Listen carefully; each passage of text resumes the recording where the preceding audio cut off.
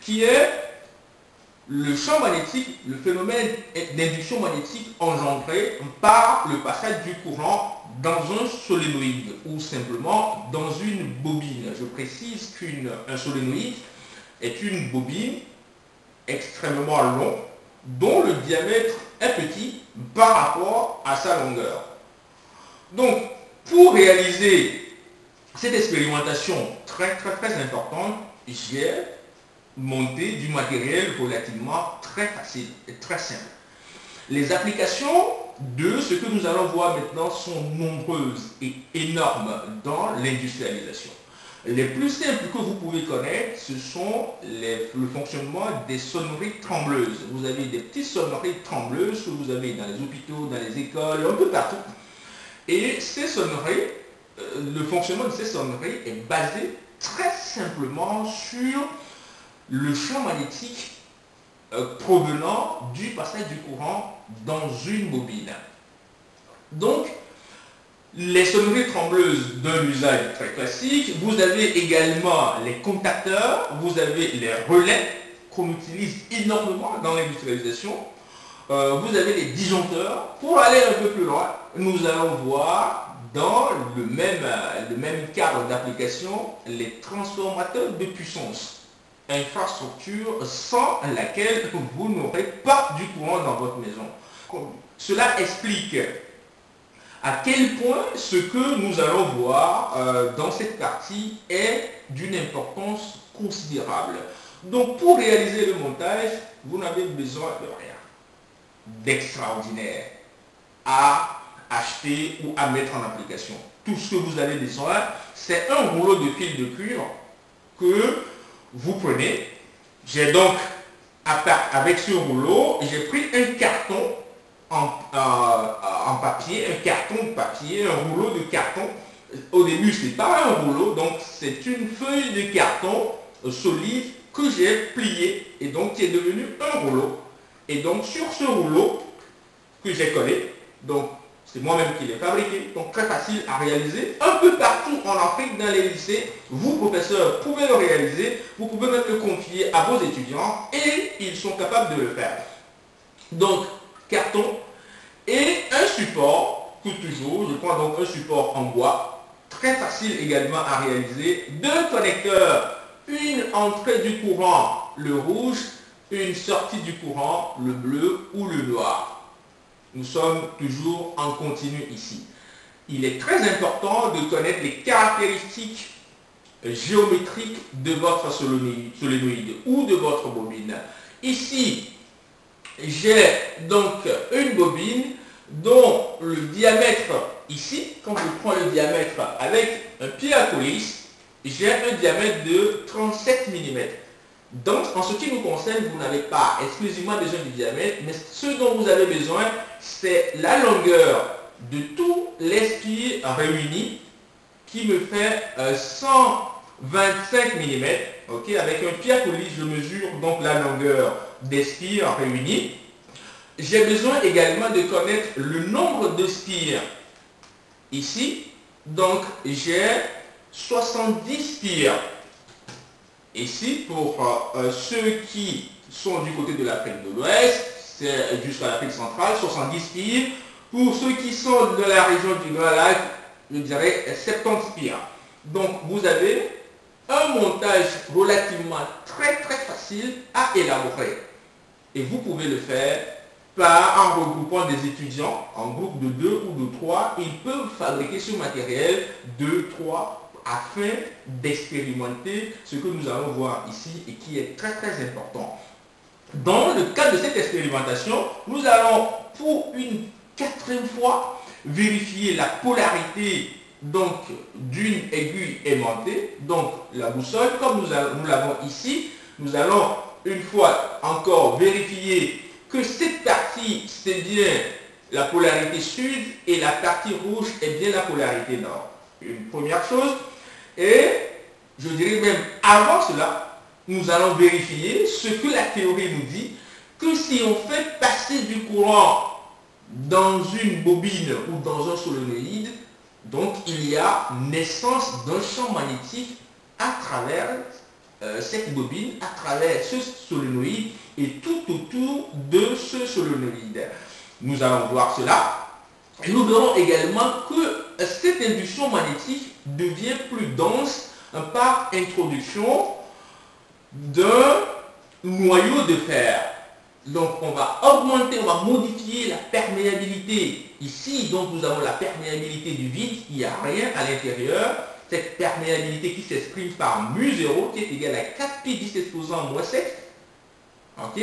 Donc ici je n'ai pas un autre élément que de l'air, la perméabilité de l'air. Je vais donc, à partir du moment où je vais introduire donc ce métal, ce noyau, j'aurai donc une augmentation de la perméabilité, ce qui me permettra d'accroître l'induction magnétique, le champ magnétique dans le solénoïde. Donc pour la réalisation, j'ai donc ma batterie de piles, toujours utilisée. J'ai le matériel fabriqué.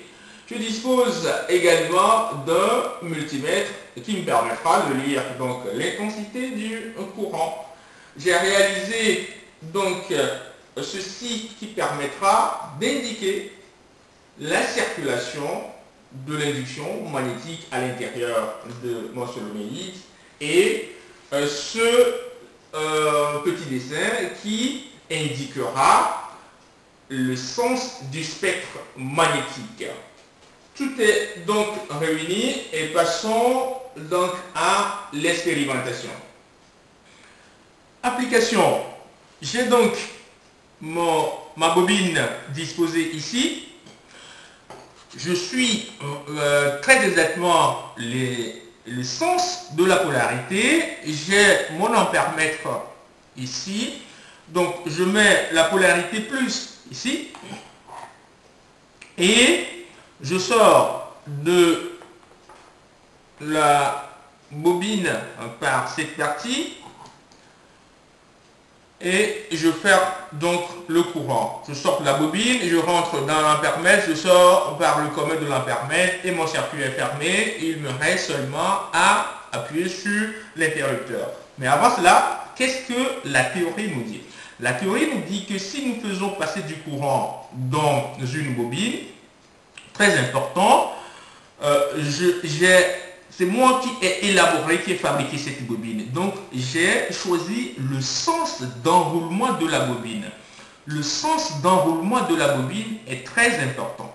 Je fais un zoom pour que vous puissiez remarquer le sens d'enroulement. Donc, j'ai commencé le bobinage ici et j'ai suivi le sens comme ça. Je passe de l'autre côté, je reviens et j'ai suivi le sens comme ça. C'est ceci le sens d'enroulement de la bobine.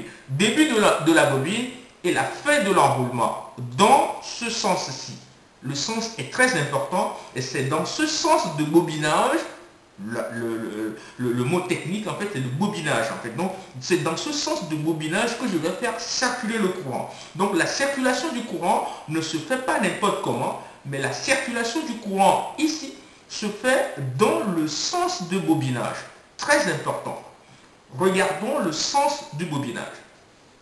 Je fais donc un zoom pour que vous puissiez voir la flèche que j'ai faite sur le carton et qui indique donc le sens du bobinage. Très important et c'est dans ce sens que nous allons faire circuler le courant. Voilà. Vous avez donc les deux aiguilles aimantées qui à l'instant présent s'orientent sud et nord. Bon. Maintenant, quand je fais passer du courant dans la solénoïde, à l'intérieur de la bobine, je dois, ce que la théorie nous a dit, c'est que je dois avoir un sens de circulation de l'induction magnétique comme ceci. Le sud vers le nord. À l'intérieur de la bobine, les lignes du champ seront orientées du sud vers le nord, suivant le sens de bobinage et suivant le sens de circulation du courant. Et à l'extérieur de la bobine, tout se passera comme ceci. Donc ici, j'ai donc la bobine j'ai le sud et j'ai le nord. Donc j'aurai un spectre magnétique tout autour ici et ce spectre sera orienté comme dessiné sur cette feuille. Ici, j'aurai les lignes du champ qui entreront par le sud et sortiront par le nord. Ici, j'ai les lignes du champ qui sortiront par le nord et entreront par le sud. Les lignes du champ entrent toujours par la polarité sud et sortent toujours par la polarité nord. Ça, c'est ce que vous avez enseigné à vos étudiants sur le plan théorique. Maintenant, est-ce que cette conception que vous avez dans les livres et sur des sites internet, est-ce que c'est vrai? Le plus important pour que les étudiants puissent appréhender et utiliser ces concepts dans le développement, la mise au point de structures capables de développer nos sociétés, c'est de réaliser ces manipulations. Voilà, nous allons donc fermer le circuit et regarder très précisément les deux aiguilles aimantées quand je vais fermer donc le circuit. Je vais donc fermer le circuit, très important de regarder les deux aiguilles aimantées.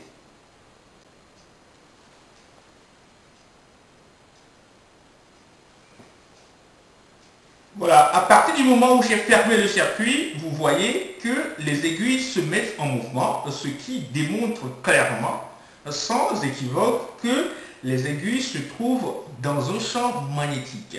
Les aiguilles se trouvent dans un champ magnétique. Pourquoi? Parce que la circulation du courant dans cette bobine a donc provoqué, a donc produit, a donc créé un champ magnétique. Une notion très importante. Donc, sans avoir un barreau magnétique permanent, je peux donc avoir du magnétisme en faisant circuler du courant dans une bobine. Et mon ampèremètre indique une valeur, la quantité la quantité de courant qui circule donc dans ce circuit. Précisément ici, quand on se stabilise, nous avons une valeur de 2,70 ampères. Voilà. Ce qui est très important de remarquer, c'est donc l'orientation des aiguilles. Une orientation qui confirme ce que nous avons vu précédemment. Donc, circulation du courant crée présence d'un champ magnétique. Et nous avons vu ici, par exemple, que les lignes du champ en ce qui concerne cette partie, entrent par le sud et sortent par le nord. Ce qui fait que l'aiguille aimantée est orientée de telle enseigne que la polarité rouge, qui est la polarité nord, entre dans le solénoïde. Cela veut dire que les lignes du champ entrent par le sud, sortent par le nord, traversent le solénoïde et arrivent ici, les lignes du champ sortent ici et entrent également par le sud de l'aiguille aimantée et sortent par le nord. Donc, ce que la théorie nous a dit est démontré. Nous avons donc les lignes du champ qui entrent, donc, qui traversent donc la bobine, entrant par le sud et sortant par le nord. Ceci est vu et démontré. Bon, maintenant, est-ce que cela veut dire qu'est-ce que pratiquement l'orientation des aiguilles aimantées nous a montré l'existence en fait d'un champ magnétique. Donc ce champ magnétique se caractérise quand je mets donc mon orientation, mon dessin comme ceci. J'ai donc le spectre magnétique qui rentre, les lignes du champ entrent toujours par le sud, comme l'aiguille de la boussole indique, et donc sort par le nord. Donc tout ceci est donc avéré. Maintenant, je vais voir l'influence du noyau de fer sur le champ magnétique. J'ai un champ magnétique ici, démontré par le mouvement des aiguilles aimantées. Je prends donc un noyau d'acier doux, donc c'est de l'acier doux, c'est du fer avec du carbone. Et donc, j'introduis donc mon noyau dans la bobine. Et je vais voir ce que cela peut indiquer. Première chose à observer, l'introduction du noyau dans la bobine diminue l'intensité. Une chose très importante que nous allons voir dans le supérieur. Au lieu de 2,70 ampères, je suis arrivé à 2,50 ou 40 ampères. Donc ici, j'enlève donc mes aiguilles aimantées et je mets donc le noyau dans le noyau donc dans la bobine. Qu'est-ce que j'obtiens? Regardez donc mon tournevis. Est-ce que j'ai effectivement un aimant? Voilà, regardez, j'ai donc une magnétisation. Le noyau qui est simple est devenu donc un aimant. Regardez, ma bobine peut même, mon tournevis tient même à devant ce noyau qui au début qui n'est pas aimanté. J'ai une trombone par exemple, quand je dépose la trombone, ma trombone tient devant donc ce noyau et vous voyez bien que mon aimant est, j'ai donc fabriqué un aimant en faisant circuler du courant dans la bobine. Ce qui est également très important à voir, regardez, quand je vais couper donc l'interrupteur, je vais couper le courant, je n'aurai plus d'aimant. Donc on va couper le courant, le tournevis doit tomber parce que le noyau n'est plus aimanté et donc il doit simplement tomber. Voilà, je coupe le courant, mon tournevis est tombé, je remets le courant et je replace mon tournevis.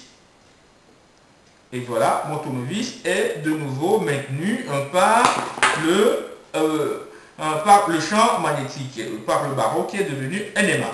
Et je mets ma trombone qui est voilà maintenue également. Donc c'est ce principe qu'on appelle l'électromagnétisme, c'est-à-dire j'ai un ensemble, une fabrication ici qui devient un aimant quand je fais passer du courant et quand je cesse le passage du courant, quand j'arrête la circulation du courant, le système n'est plus un aimant. Et cette notion est très importante et très utile dans l'industrie. C'est là le fonctionnement, je disais précédemment, la base du fonctionnement d'une sonnerie trembleuse. Donc vous avez, on verra ceci en détail par la suite, quand le courant passe, on a un son, quand le courant ne passe plus, il y a une séparation, le courant passe, il y a un son, le courant ne passe plus, il y a une séparation, ainsi de suite. Voilà le fonctionnement d'une sonnerie trembleuse que vous pouvez fabriquer chez vous et qu'on va voir par la suite de ceci. Ceci a des applications énormes dans l'industrie, dans la robotisation, dans l'électromagnétisme, dans les appareils électroménagers, dans votre voiture, dans les moteurs, pour démarrer un moteur, pour démarrer une voiture. C'est ce phénomène en fait qui nous permet de produire de l'énergie. On verra ceci par la suite avec la loi de Faraday, la loi de Lenz et la fabrication d'un moteur électrique, la fabrication d'un alternateur, elles sont tous basées sur cette notion fondamentale. Vous comprenez que sans avoir intégré cette notion, vous avez donc échappé à une grande partie de l'industrialisation. Mesdames et messieurs, très important de réaliser cette manipulation qui permettra à vos étudiants d'avoir une lucidité, une aisance d'intégrer la fabrication dans le compte de la mise en place des processus propices pour le développement durable. Nous allons à présent faire le calcul analytique pour quantifier l'induction magnétique que nous avons produit en faisant circuler un courant de 2,70 ampères dans une bobine de 70 pieds ou 70 pieds avec une longueur de 125 mm. Application analytique. Alors, application numérique. Nous avons fabriqué notre matériel, nous avons fait la manipulation. Maintenant, passons donc à l'application numérique. La formule reste toujours la même depuis le début jusque-là. Le champ magnétique est produit par le passage du courant dans un solénoïde. Le schéma est au tableau, très facile en fait à monter. Donc je fais circuler du courant dans le sens de bobinage, dans le sens de l'enroulement. Et en faisant donc circuler ce courant dans le sens de bobinage, j'ai donc la naissance d'une induction magnétique à travers cette bobine et tout autour de cette bobine. En faisant circuler donc du courant dans cet enroulement, dans cette bobine, j'ai donc une induction magnétique qui prend naissance à l'intérieur de la bobine et tout autour de la bobine.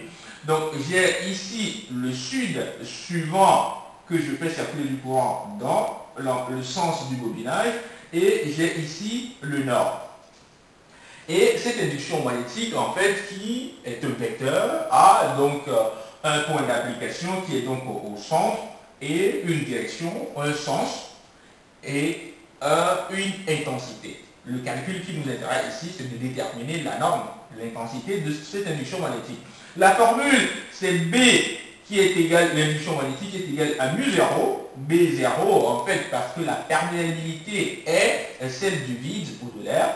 Donc mu0 multiplié par n fois I sur N. N n'est que le nombre du spire en fait. Ce que nous allons appeler par la suite, nous allons donc appeler ce produit, enfin ce rapport plutôt N sur I, donc N qui est le nombre de spires, L qui est la longueur que nous avons mesurée précédemment, 121 mm, nous allons l'appeler petit n. Donc multiplié par I, multiplié par mu0. Donc B est égal à petit n fois I multiplié par mu0. Ce calcul nous donne donc B en application numérique qui est égal à 4 pi 10 exposant moins 7 multiplié par n, le nombre de spires en ce qui nous concerne ici, c'est 70 pi divisé par 125 10 exposant moins 3, 125 mm, multiplié par l'intensité du courant qui est égale à 2, multiplié par 2,70 ampères. Quand vous faites ce calcul, vous trouvez une valeur de l'induction magnétique qui est égale à 1,9 10 exposant moins 3 Tesla. Donc vous avez B qui est égal à 1,9 micro-Tesla, qui est la valeur de l'induction magnétique. Donc j'avais dit précédemment que l'induction magnétique est une valeur relativement très faible en fait. Mesdames et messieurs, voici, nous avons calculé donc l'induction magnétique produite par le passage du courant. Donc nous allons calculer l'induction magnétique produite par la circulation du courant dans une bobine. Je vous invite, mesdames et messieurs, professeurs de sciences et formateurs, à mettre en application ce matériel afin de réaliser avec vos étudiants. Surtout, c'est eux qui doivent fabriquer, manipuler et élaborer un rapport de manipulation. Ça leur permettra d'intégrer la notion d'invention, de conception et de mise d'application des théories élaborées dans le passé afin de mettre en place des structures pratiques à résoudre les besoins du continent africain. C'est la base incontournable du développement durable. Je vous remercie.